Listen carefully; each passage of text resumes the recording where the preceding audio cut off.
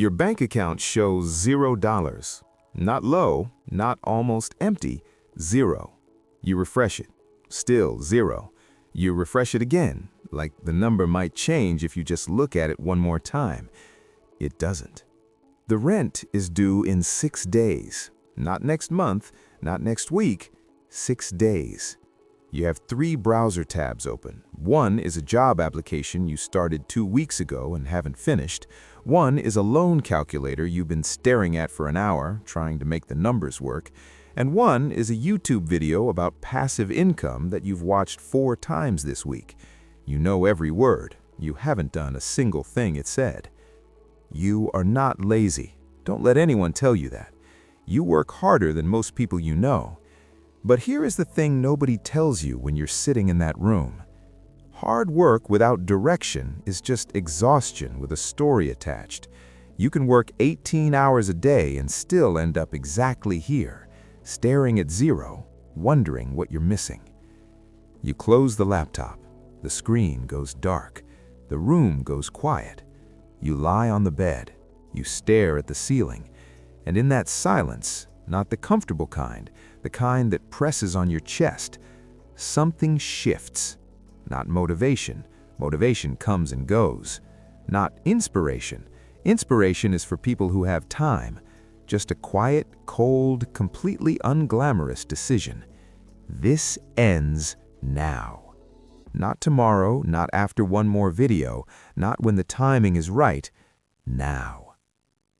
You have a job now. It pays just enough to make you feel safe and just a little enough to keep you scared. First paycheck hits. You stare at the number.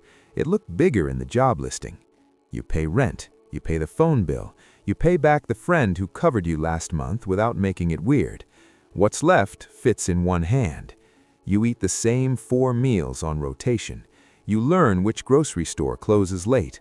You stop checking prices, not because money isn't tight, but because you already know every price. Your coworker drives a car you can't afford. Your manager takes vacations you can't imagine. You don't resent them. You study them.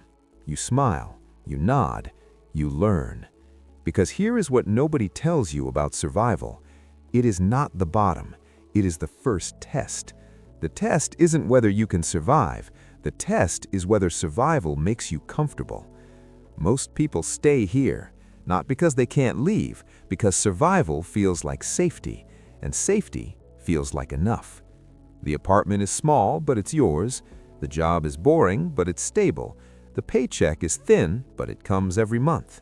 And slowly, quietly, without anyone announcing it, the ceiling becomes the floor. But you start to notice something.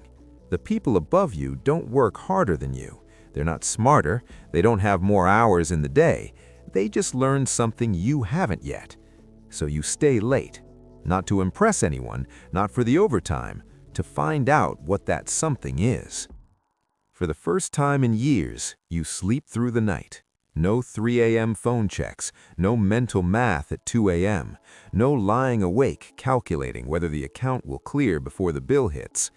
You have 3 months of expenses saved. Your bills are paid before they're due. You have options now. Small ones, but options. You can say no to things you don't want. You can say yes to things you do. That gap between no and yes, that is the first real feeling of freedom. And here is where most people make the biggest mistake of their financial life. They reach stability and they stop. They buy the car, they upgrade the apartment, they start eating at the restaurants they used to walk past, they lifestyle inflate until the $0 feeling comes back, just with better furniture and a longer commute. You watch it happen to people around you. You understand it. It makes complete sense. You spent years with nothing. Of course, you want to feel something, but you don't do it. Not because you're disciplined, because you've started to understand something that changes the entire game. Stability is not the destination. It is the launching pad. You open a brokerage account on a Tuesday night. You put in $200. The interface looks complicated. The options are overwhelming. You buy one index fund because someone on a forum said it was the safest start. It feels insignificant. It feels almost embarrassing. $200. But something just happened that you won't understand for years. You stopped being someone who spends money and started being someone who deploys it. You have assets now, small ones, but they exist without you. While you sleep, your money is working. While you sit in a meeting, your money is working. While you're stuck in traffic listening to a podcast about money, your money is working. That feeling doesn't get old. You start to think differently, not gradually, suddenly, like a switch that flips and you can't flip it back. You stop asking, how much does this cost? You start asking, what does this cost me in future value?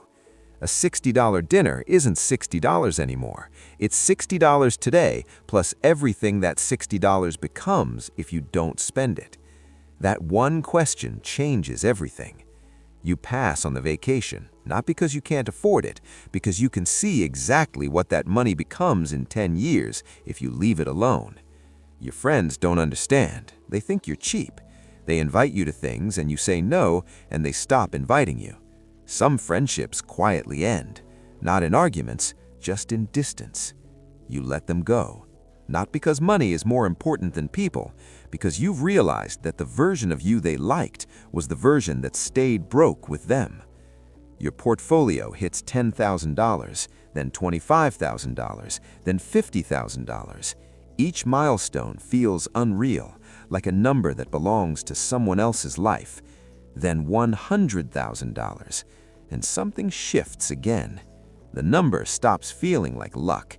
It starts feeling like evidence. Evidence that the decision you made staring at that ceiling with $0 was the right one. You don't check prices anymore. Not because you're careless, because the gap between what things cost and what you have has become genuinely irrelevant. You order what you want at restaurants. You book the direct flight. You don't calculate before you buy something necessary. It is a quieter freedom than you expected.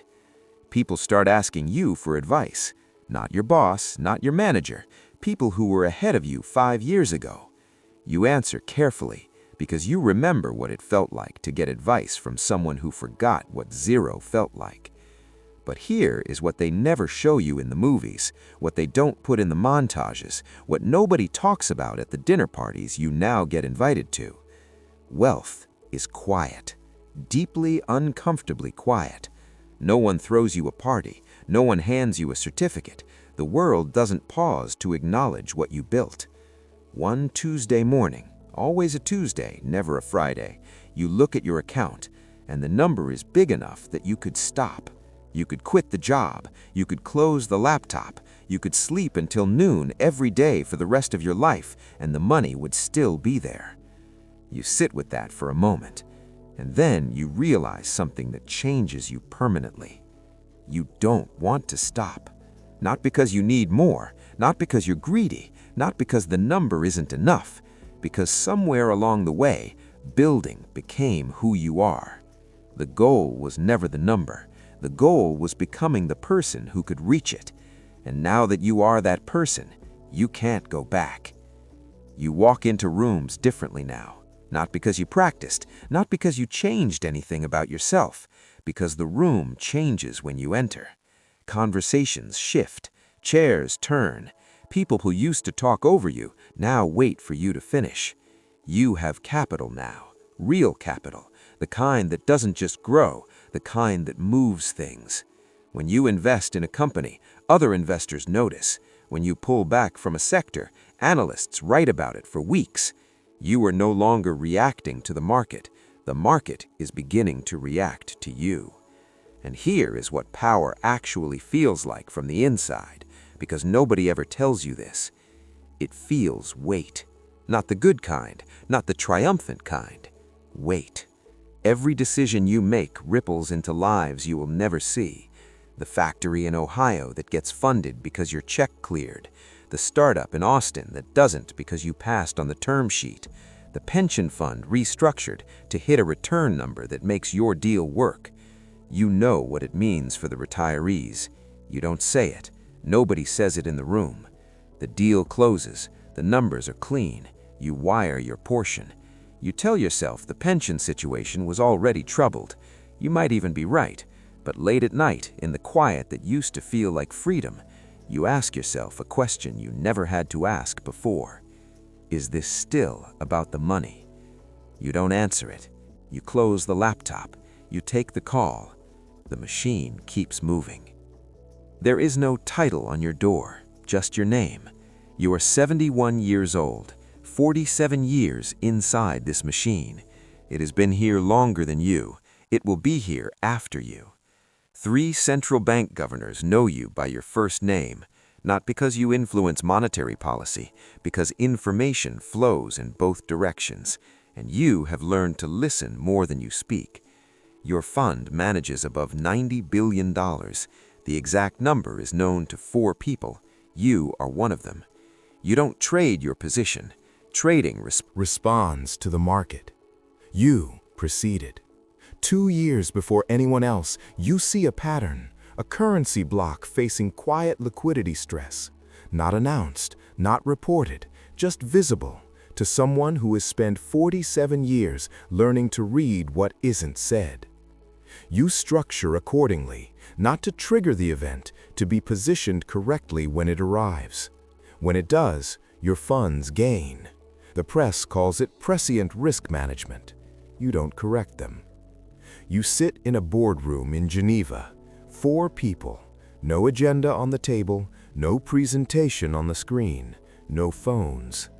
You speak for 6 minutes. The room listens to every word. Then you stop, and the room moves. Not because of your title, not because of your fund size, because over 47 years you earned the rarest thing in the entire financial system, the trust of people who trust almost no one. But here is what they never write about: the cost. The people you genuinely trust number fewer than 10. Your social world has narrowed to people who control capital, not by choice, by gravity. You have more access than anyone in your life can understand, and almost no one to tell. Now step back. Step out of that boardroom, out of that office on the 44th floor, out of every room you just walked through, because here is what psychology actually says about the journey you just lived. Every single level had one thing in common: not talent, not connections, not the right school or the right family or the right moment in history. One thing: the willingness to stay uncomfortable just a little longer than everyone else. Psychologists call that delayed gratification, but that's not really what it is. It is something quieter than that, something harder than that. It is the ability to fall in love with the process before you can see the result. Level 1, you, staring at $0, closing the laptop, making a decision in the dark with no evidence it would work, made the same decision as Level 7, you, sitting in Geneva, speaking for 6 minutes while the room moves. The decision never changed, only the stakes did.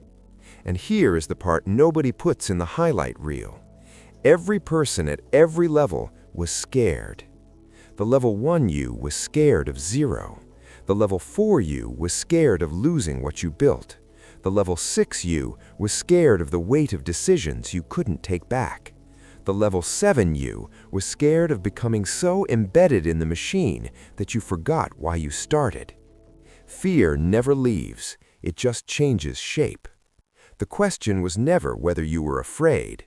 The question was always, what did you do while you were afraid?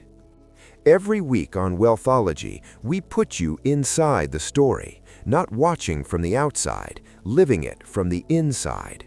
Because the fastest way to think differently about money is to live through the moments that change everything. Subscribe. The next level is waiting.